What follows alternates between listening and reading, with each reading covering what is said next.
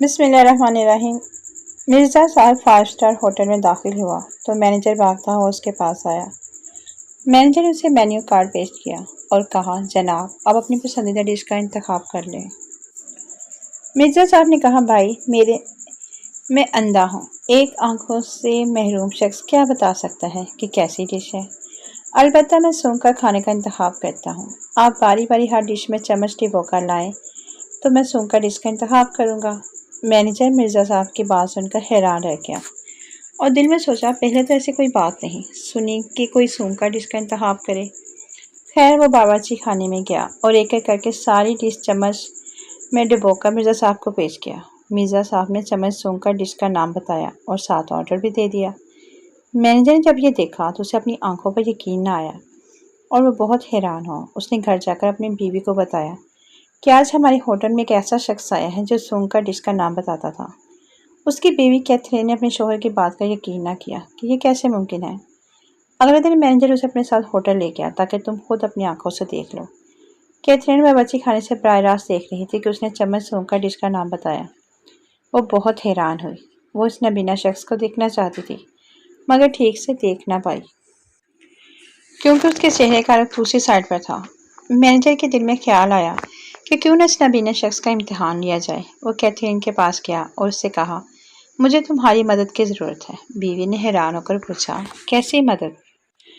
Manager نے کہا کہ ایک نابینا شخص اتنا ذہین کیسے ہو سکتا ہے؟ میں اسے غلط ثابت کرنا چاہتا ہوں۔ میں نہیں سمجھتا کہ کوئی شخص محض چمچ سونگھ کر ڈش کا نام ہی بتا دے۔ اس نے اپنی بیوی سے کہا، اپنی زبان کی مدد سے اس چمچ کو گیلا کر دو۔ کیتھرین نے زبان لگا کر چمچ کو گیلا کیا اور پھر اسے واپس کر دیا۔ مینیجر چمچ لے کر مرزا کے پاس گیا اور کہا، ہاں جی مرزا صاحب، ذرا چمچ سونگھ کر بتاؤ آج ہم نے کون سی ڈش تیار کی ہے؟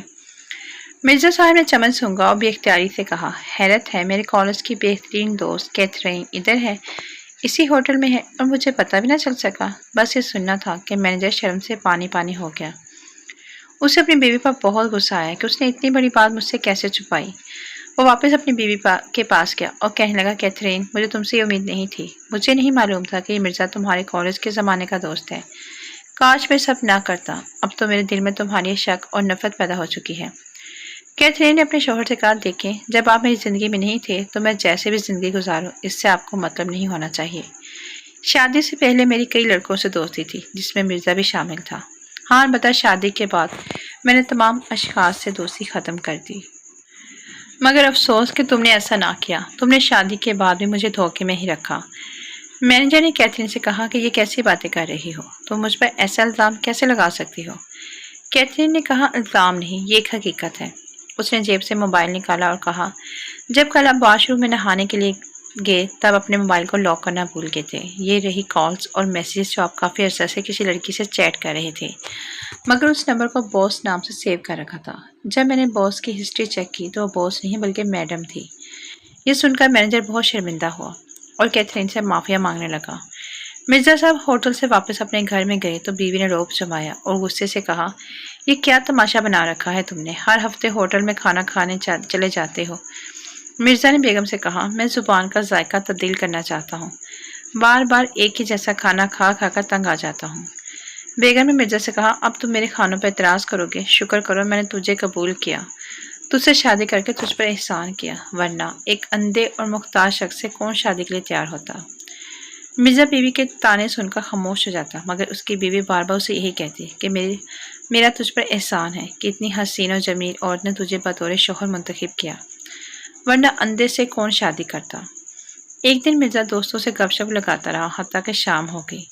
مرزا رات دیر سے گھر آ رہا تھا کہ گلی کے آوارہ کتے نے اس کی ٹانگ پر کاٹ لیا۔ مرزا گھر کی بجائے ڈاکٹر کے کلینک پر روانہ ہوا۔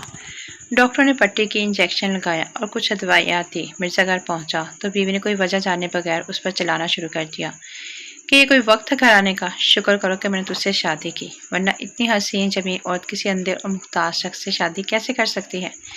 مرزا کی برداشت جواب دے چکی تھی۔ اس نے اپنی بیوی سے کہا، کیا تم مجھے بیوقوف سمجھتی ہو؟ اگر تم اتنی ہی خوبصورت ہوتی تو آنکھوں والے تجھے یوں کسی اندھے کا ہی کسی صورت نہ ہونے دیتے۔ اصل میں تم میرے نابینا ہونے کا فائدہ اٹھا کر مجھ پر اپنے حسن کا جھوٹا روپ جماتی ہو، مگر میں نے بھی آس پاس کے لوگوں سے پوچھ رکھا ہے کہ میری بیوی دکھنے میں کیسی ہے۔ سب کہتے ہیں یہ عورت نہیں بلکہ بھینس ہے، بھینس۔